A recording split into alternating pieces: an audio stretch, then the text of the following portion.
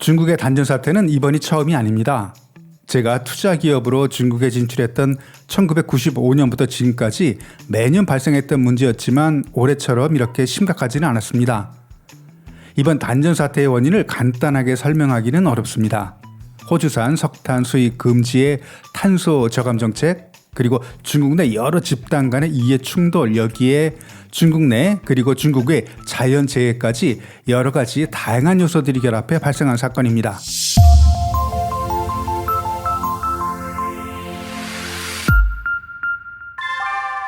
워낙 여러 가지 요인들이 결합해 있어서 중국의 단전 사태를 이해하려면 많은 사전 지식이 필요한데요. 간단하게 비유를 들자면 이런 겁니다. 빵을 전기, 밀가루를 석탄. 지금은 밀가루가 빵보다 비싼 상황이라 제과점에서는 빵을 만들지 않고 있거나 고정 고객을 위해서 약간만 판매하는 상황이라고 보시면 됩니다. 사실 심각한 건 남방 지역의 단전인데 동북 지역, 심양이나 할빈 이런 지역 단전 이슈가 된 건 아무래도 비주얼적으로 임팩트가 있어서 언론들의 구미에 맞았기 때문일 겁니다. 아무래도 공장의 조업 단축하는 영상보다는 신호등이 멈추고 놀이기구가 멈추고 엘리베이터가 멈추는 이런 영상이 더 흥미가 있죠. 중국 동북 삼성의 단전 상황은 남방 지역 단전과는 약간 차이가 있습니다. 남방 지역은 전기를 많이 사용하는 기업의 단전이 집중된 반면에 동북지방은 공장뿐만 아니라 가정용 전기도 끊겼다는 건데요. 요령, 길림, 흑룡강의 동북 삼성은 1970년대까지만 하더라도 중국 공업의 중심지였지만 개혁 개방 과정에서 혜택을 받지 못하고 여기에 정치적인 요인까지 더해서 다른 지역에 비해서 발전이 더딘 상태입니다. 재정도 빈약해서 광동성이나 산동성처럼 발전용 석탄도 충분히 비축하기 힘든 상황이라 이런 문제가 터진 것 같은데요. 그리고 일부 중국에 있는 전문가들은 지금은 단전을 시켜도 시민들이 견뎌내지만 한겨울에 단전해버리면 폭동도 가능하기 때문에 한정된 석탄 재고를 효율적으로 사용하기 위해서 고의로 단전시켰다는 주장도 합니다. 그런 주장도 일리가 있어 보입니다. 그리고 신재생 에너지를 이용하는 발전 중에서 동북 지역에서는 풍력 발전이 중요한 비중을 차지하고 있는데 올해 전력 생산은 예상에 훨씬 못 미치는 결과를 내고 있다고 합니다. 이렇게 동북 삼성의 단전은 발전용 석탄 재고가 부족해서 발생한 일이라 중앙정부의 적극적인 지원이 없다면 올 겨울은 아주 추운 겨울이 될 듯합니다. 남방 지역의 단전 제한송전은 동북 삼성과는 성격이 약간 다릅니다. 그리고 남방 지역의 단전은 우리나라 경제뿐만 아니라 국제 경제에도 나쁜 영향을 줄 수 있는 심각한 문제입니다. 중국의 탄소 배출량은 전 세계의 탄소 배출량의 25%를 차지하고 있습니다. 시진핑 주석은 작년 연말 중국은 2030년까지 GDP당 탄소 배출량을 2005년 대비 65% 줄이고 2060년에는 탄소 배출 제로를 달성하겠다고 했습니다. 이에 따라서 2030년까지 탄소 배출량 65% 감소는 불가역적인 협상의 여지가 1도 없는 중국에서는 반드시 달성해야 하는 목표가 됐습니다. 중국 국가개발위에서는 각 지역마다 탄소 배출량 감소를 위한 목표치를 정해주고 지방정부 관리들의 가장 중요한 능력평가 자료로 활용합니다. 우선 능하오쌍콩이라는 의미를 알아야 이번 단전 사태를 이해할 수 있습니다. 전년 대비 탄소 배출 감소 비율과 연간 탄소 배출 총량을 중앙정부가 지방정부에 정해준 범위 내에서 컨트롤하라는 겁니다. 예를 들면 2021년 탄소 배출 감소 비율을 중국 정부가 3%로 정했는데 이건 작년 대비 탄소 비율을 3% 이상 줄이라는 의미고 지방정부별로 별도로 정해준 올해 탄소 배출 총량도 넘지 말라는 뜻입니다. 지난 8월에 발표된 2021년 상반년도 성과표입니다. 표를 보면 왼쪽 세로는 중국의 지방정부의 리스트가 보입니다. 가로는 탄소 배출 감소 비율 목표 그리고 탄소 배출 총량 목표로 이렇게 구분되어 있습니다. 내용에서 빨간색 원은 미달성 아주 심각하다는 뜻이고 노란색은 경고 그리고 녹색은 목표를 달성했다 이렇게 이해하시면 됩니다. 보시면 알겠지만 이번 단전 사태의 피해가 가장 심각한 지역인 광동성, 강수성은 모두 빨간색 그리고 밑에 보시면 절강성은 모두 노란색입니다. 경고죠. 중국 GDP의 3분의 1을 차지하고 있는 광동, 절강, 강서성의 아마 공산당 서기와 성장들은 지금 발등에 불이 떨어진 상황입니다. 광동성, 절강성의 당서기 정도 되면 차기 정치국 상무위원회를 노려볼 만한 시진핑 3기에서 중요한 역할을 맡을 수 있는 절호의 기회인데, 이런 기회를 지방정부 리더들 입장에서는 놓칠 수가 없는 상황이라 저 빨간색을 녹색으로 만들기 위해서 여러 가지 극단적인 조치를 취하고 있고, 이런 조치에 대해서 중앙정부도 묵인하고 있다고 어느 정도 봅니다. 이번 단전 사태도 그런 극단적인 조치에서 나온 결과라고 볼 수 있습니다. 문제는 이런 단전 제한 송전이 중국 국내 문제로만 한정되지 않고 세계 경제에 심각한 영향을 준다는 데 있습니다. 중국 기업가들은 9월을 금, 그리고 10월을 은으로 비유합니다. 이건 중국의 수출 제조업이 9월과 10월에 가장 바쁘다는 뜻인데요. 당연히 크리스마스와 연말수에 맞춘 해외 오더들이 이 시기에 집중돼서 생산, 수출된다는 의미인데, 지금과 같이 단전 사태의 조업 중단, 조업 단축이 반복된다면 당연히 중국 경제뿐만 아니라 세계 경제에 부정적인 영향을 미치게 되겠죠. 여기에 대해서 전력을 많이 소모하는 종목인 제철, 알루미늄, 시멘트 산업 등은 이번 단전 사태의 최대 피해 기업들이 됩니다. 테슬라, 아이폰은 26일부터 조업 중단하기로 했고, 그리고 포스코를 비롯한 우리나라 기업들도 많은 영향을 받고 있다고 하는데, 피해가 가장 큰 지역인 강서성과 절강성에 위치한 우리 기업들 피해가 없었으면 좋겠습니다.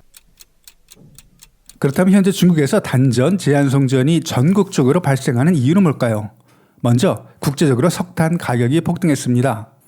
이건 중국의 발전용 석탄 가격의 기준이 되는 진왕도의 석탄 거래소의 가격 변동표입니다.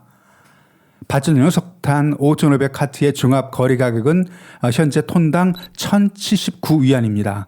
차트를 보면 작년 600위안 선에서 거래되다가 올 8월부터 급속히 오르기 시작하더니 9월 24일 현재 1,079위안으로 작년 대비 92%나 올랐습니다. 이렇게 석탄 가격이 높아진 이유는 당연히 석탄 공급 부족 때문입니다. 우선 코로나의 발원지는 중국이라는 호주 정부의 입장에 중국이 반발해서 호주산 석탄을 수입 금지시켜 부족 현상이 발생했고요. 여기에 중국이 호주산 석탄을 수입 제한하자 국제 석탄 가격이 예상치 못한 방향으로 발전하는데요. 러시아산 석탄은 호주산에 비해서 50% 높게 거래되고 있고, 열량이 호주산에 비해 20% 넘게 떨어지고 있는 인도네시아산 석탄도 호주산에 비해 비싸게 현재 거래되고 있습니다. 이렇게 호주산 석탄 수입 금지로 인해서 중국 스스로뿐만 아니라 우리나라와 같은 다른 석탄 수입국들도 뜻하지 않은 피해를 입고 있습니다. 중국 내 석탄 공급 부족에 가장 큰 이유를 들자면 중국이 자국 내 석탄 채굴을 지속적으로 줄여왔기 때문입니다.